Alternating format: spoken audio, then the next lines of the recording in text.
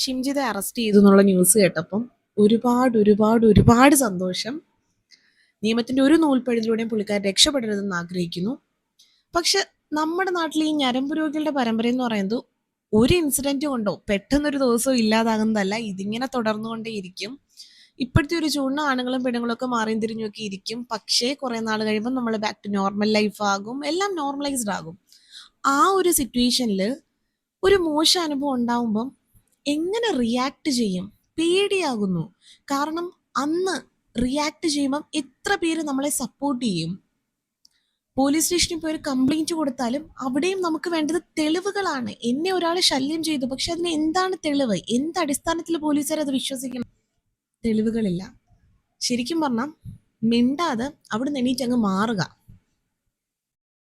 ആ ഒരു അവസ്ഥയിലേക്ക് ഷിംജിതെ പോലുള്ളവർ നമ്മളെ എത്തിച്ചു. ബലാത്സംഗം ചെയ്യപ്പെട്ടാൽ നിങ്ങളതങ്ങ് എൻജോയ് ചെയ്യൂ എന്ന് പറഞ്ഞ നേതാക്കളുള്ളൊരു രാജ്യത്താണ് നമ്മൾ കഴിയുന്നത്. അവിടെയാണ് നമ്മളെ ഒന്നുകൂടി അടിച്ചമർത്താനായിട്ട് ഓരോന്നോരോന്നായിട്ട് ഇങ്ങനെ ഇട്ട് കൊടുത്തുകൊണ്ടിരിക്കുന്നത്.